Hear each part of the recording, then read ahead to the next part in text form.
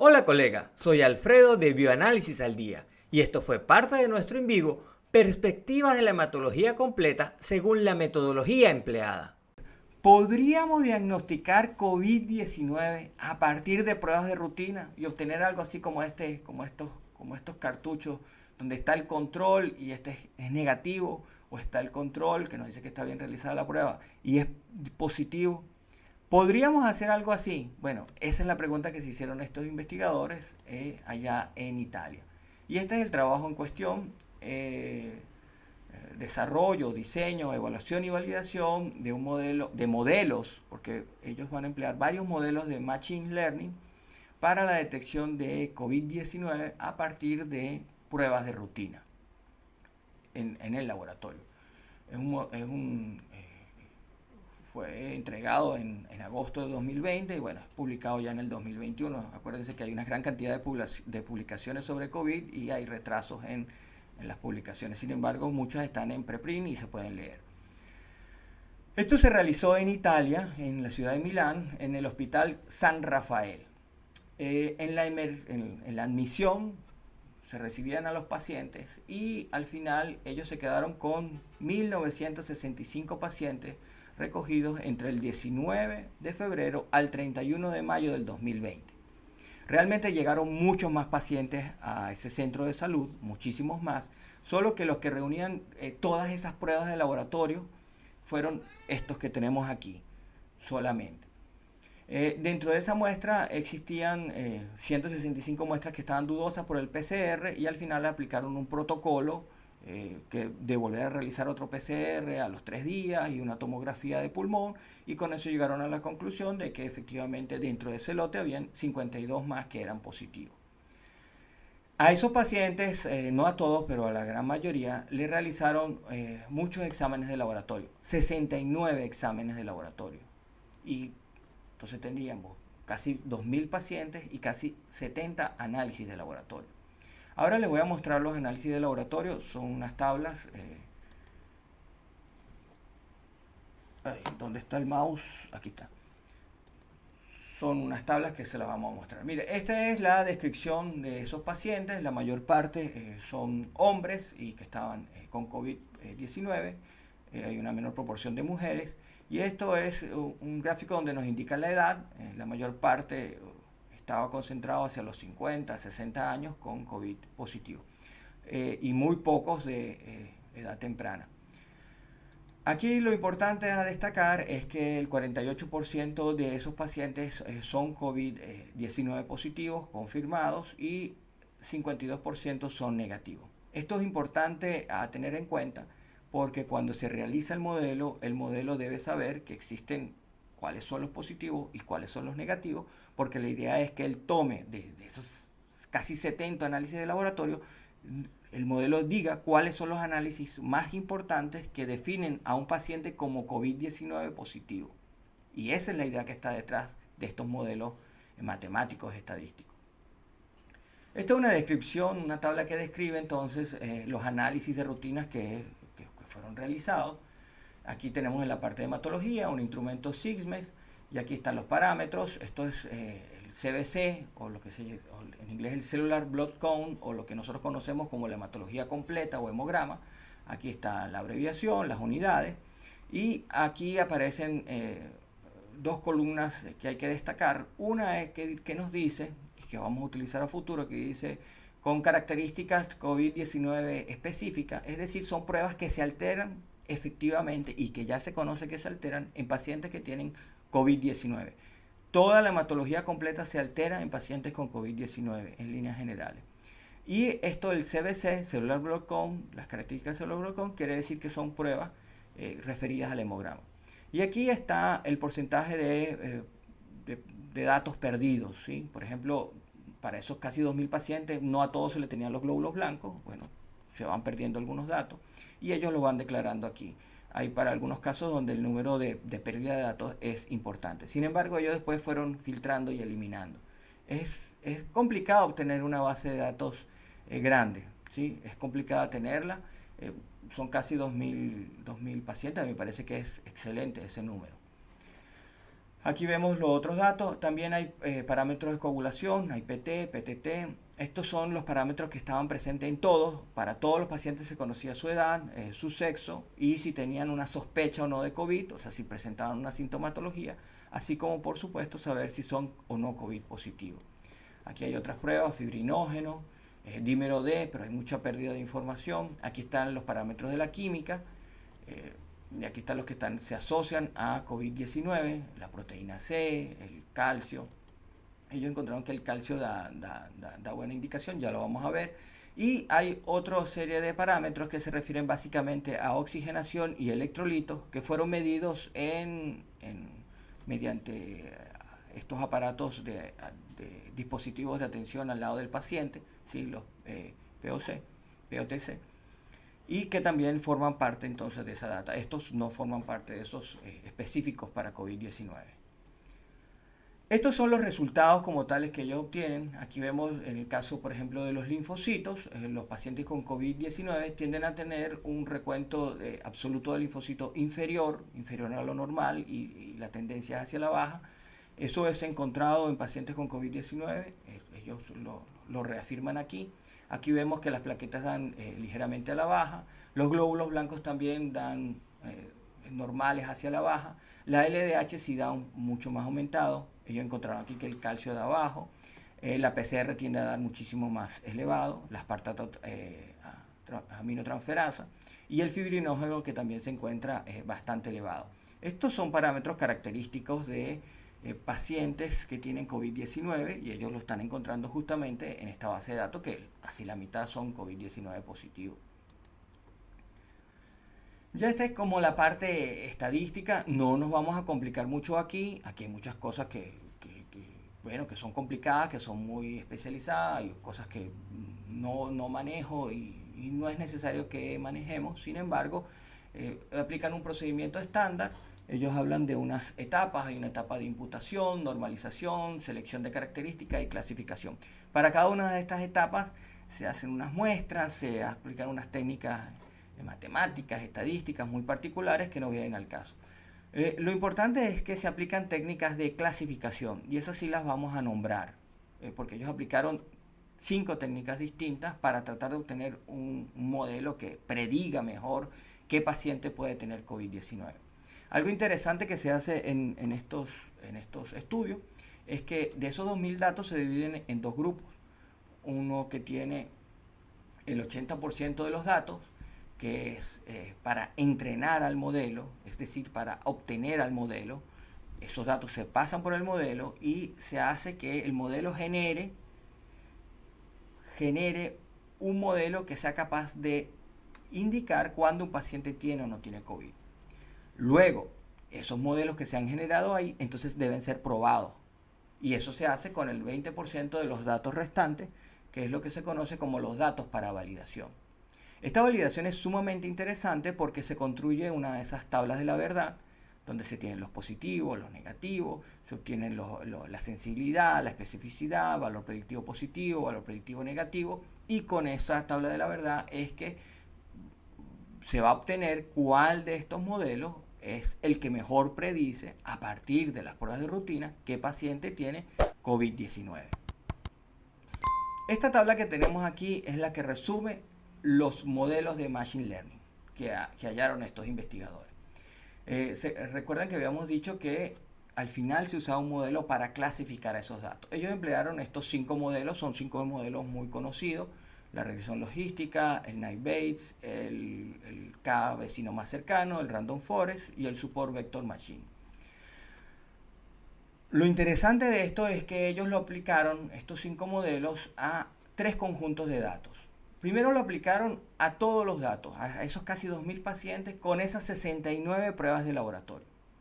Luego hicieron otra muestra, que lo llaman en estas técnicas estadísticas, lo llaman un dataset de pruebas de laboratorio específicas. Son 33 pruebas de laboratorio específicas asociadas a COVID-19. De esos 2000 pacientes, casi 2000 pacientes, entonces tenían un dataset solo con las pruebas COVID específicas. Y luego tenían otro dataset llamado CBC, que se refiere a la hematología completa o al hemograma, en el cual solamente se tienen 20 pruebas para para este dataset.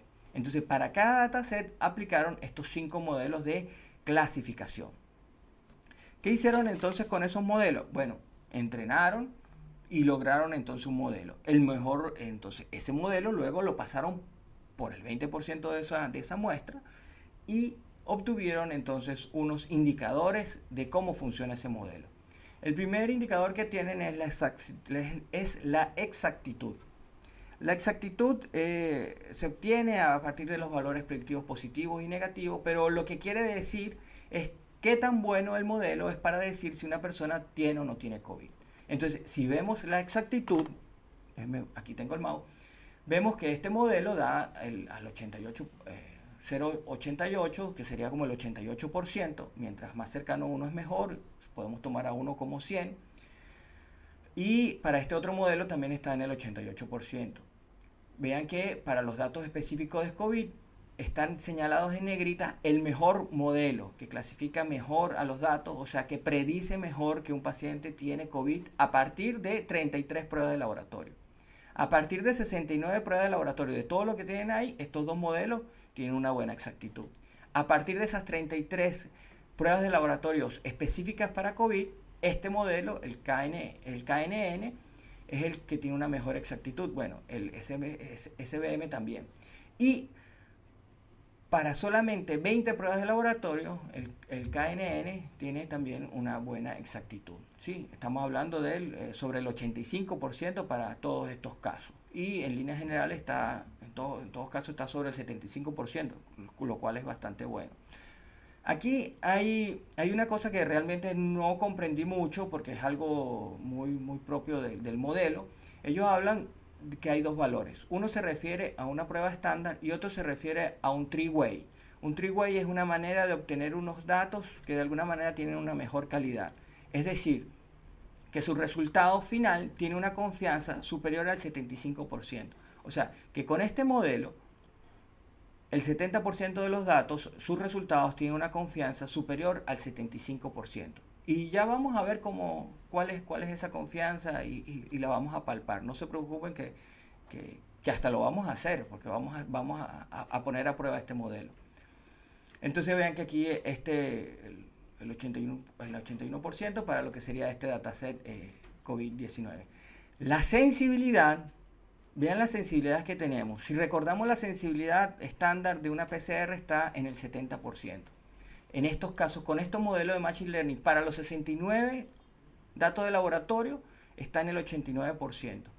Para los 33 laboratorios específicos de COVID, está en el 85%. Y haciendo solo la hematología, está en el 84%. Con los datos three-way, que son de mejor calidad, estos números son superiores. Pero vean la sensibilidad que se está obteniendo aquí, superior a esa, por lo menos en esta fase que se entrenó el modelo, y para ver cuál es el mejor modelo, las sensibilidades son muy buenas y son muy prometedoras. Recordemos entonces que la sensibilidad sería la capacidad de detectar efectivamente a un paciente como COVID-19. En este caso, por ejemplo, de cada 100 pacientes solo basados en la hematología, 84 de ellos serán efectivamente bien clasificados como que tienen COVID-19. La especificidad se refiere, en cambio, a que no está presente el trastorno. En este caso, no está presente el COVID-19. En este caso, el modelo KNN es el que tiene una mejor especificidad, es decir, que de cada 100 pacientes, solo basado en la hematología, solo basado en el hemograma, 89 van a ser bien clasificados que no tienen COVID. Entonces, vean ustedes que la sensibilidad y la especificidad es bastante buena, tanto para todos los datos, lo cual realmente no se haría, es ridículo hacerlo para 69 análisis de laboratorio, en todo caso para 33, o mucho más fácil solo a partir del hemograma. El área bajo la curva, si lo recordamos en las curvas ROC, simplemente es una mezcla entre sensibilidad y especificidad, mientras más cercano a uno mejor, y vean que aquí está en punto 90, aquí está en punto 87 y aquí está en punto 86. Son bastante buenas, muy buenas. Y este EBRIR es un índice que nos dice cómo se comporta este modelo, qué tan bueno es ese modelo. Entonces, mientras más cercano a uno es mejor, vean que los modelos son bastante buenos. Esos son un indicador desde el punto de vista matemático, estadístico. Bueno, ya hemos salido de la parte más estadística, más numérica. No vamos a hablar mucho más de esto. Aquí tenemos entonces las curvas operativas estándar para todos los datos, para los COVID específicos y para los hemogramas. Y aquí se me fue la diapositiva para atrás. Y aquí tenemos algo que es interesante. Esto es para todos los datos. Esto es para los trastornos COVID, para la base de datos del dataset que se basa solamente en las pruebas específicas para COVID. Y esto que está aquí nos dice cuáles son esas pruebas que discriminan bien a un paciente como COVID-19 o no COVID-19. Entonces aquí tenemos la LDH, la aspartato aminotransferasa, el fibrinógeno, el calcio, la PCR, la glucosa, la alaninoaminotransferasa. De este lado, por ejemplo, tenemos el calcio, el PCR, tenemos aquí a los basófilos, la sospecha, los glóbulos blancos. ¿Qué quiere decir esto? Que efectivamente para estos modelos son importantes para clasificar a un paciente como COVID-19 justamente esas pruebas de laboratorio que se ven alteradas en los pacientes COVID-19. Aquí se las he recopilado, la LDH, PCR, calcio, el fibrinógeno, la del paciente, los PDF. Eso es lo que nos quiere decir esto. ¿Qué es lo que está tomando en cuenta ese algoritmo, ese modelo de Machine Learning para decidir si un paciente tiene o no tiene COVID? Lo cual está cónsono quizás con la realidad. Ahora tenemos, aquí está el mouse, se me pierde. Aquí tenemos para el dataset de la hematología completa o del hemograma. Recuerden que ahí existían dos modelos. Ellos al final llegaron a la conclusión de que estos dos modelos son los mejores que están ahí y son relativamente comparables. En este, por ejemplo, está la sospecha, la edad, los linfocitos, los eosinófilos, los glóbulos blancos. Aquí está la sospecha, la plaqueta, la edad. Vean que cada modelo toma parámetros de laboratorio distintos. Y eso es importante tenerlo en cuenta y eso explica por qué entonces la sensibilidad, la especificidad, la exactitud dan distinto en los diferentes modelos. Aquí simplemente cuál es la base de cada modelo para que él discrimina cuando un paciente tiene o no tiene COVID. Esto es lo que está detrás de ese modelo. Esto es lo que opera en ese modelo. Esto es lo que hace que el modelo nos diga si el paciente tiene o no tiene COVID. Estos son los principales parámetros que él toma en cuenta para clasificar a un paciente como COVID-19 o no COVID-19. Este trabajo, como les había comentado, está muy bien realizado y ellos realizan validaciones internas y externas, ¿sí? ¿En qué consiste esa validación interna y externa? Bueno, ellos tomaron datos de otro laboratorio, de otro hospital, 58 pacientes, 29 negativos, 29 positivos, que tienen afecciones pulmonares y que tenían todos los datos de laboratorio COVID-19 específicos. Entonces, porque lo que habíamos visto antes era cómo el modelo se comportaba, él solo. Ahora lo estamos viendo, lo estamos enfrentando a datos reales, a datos externos. Y otra de las cosas interesantes es que aquí fueron realizados con otros instrumentos, otro instrumento de hematología, otro instrumento de química. Vemos que la exactitud está sobre el 75%, vean que es menor a lo que teníamos anteriormente porque aquí lo estamos probando con otros datos, no con los mismos datos sobre el cual él trabajó y obtuvo el modelo, lo estamos probando con unos datos reales. Estos serían los parámetros que deberíamos de tomar en cuenta si quisiéramos hablar formalmente cuál es la efectividad de estos modelos de Machine Learning. Entonces tenemos una exactitud del 75%, la sensibilidad está sobre el 70%, imagínate, nada más que con los datos de hematología está en el 70, en el 72%, lo cual es comparable a esa PCR y es lo que destacan mucho los autores en este trabajo. La especificidad está sobre el 75% también, 80, 82. Son bajas, realmente son sensibilidades bajas, pero son comparables. Por supuesto, aquí la PCR tiene mucha mejor especificidad que esto que tenemos aquí. Y el área bajo la curva, que sería la combinación, sobre el 75% todas, lo cual es bastante buena. Ahora, también ellos aplicaron entonces este mismo modelo, pero sobre otra muestra, un dataset del año 2018 donde no existía en teoría el COVID-19, una muestra de 56 pacientes, donde 20 de ellos tienen síntomas tipo COVID. Y entonces vean la especificidad, no podemos medir sensibilidad porque nadie tiene COVID aquí, lo que estamos midiendo es que no tenga el COVID. Y la especificidad está sobre el 90% en todos los casos, la cual es muy buena. En el trabajo hablan de otras cosas más y de una tabla, pero la tabla no la vi en la publicación y no quise hablarles de eso, donde, bueno, hay unos datos que son eh, mejores, pero con esto estamos súper bien.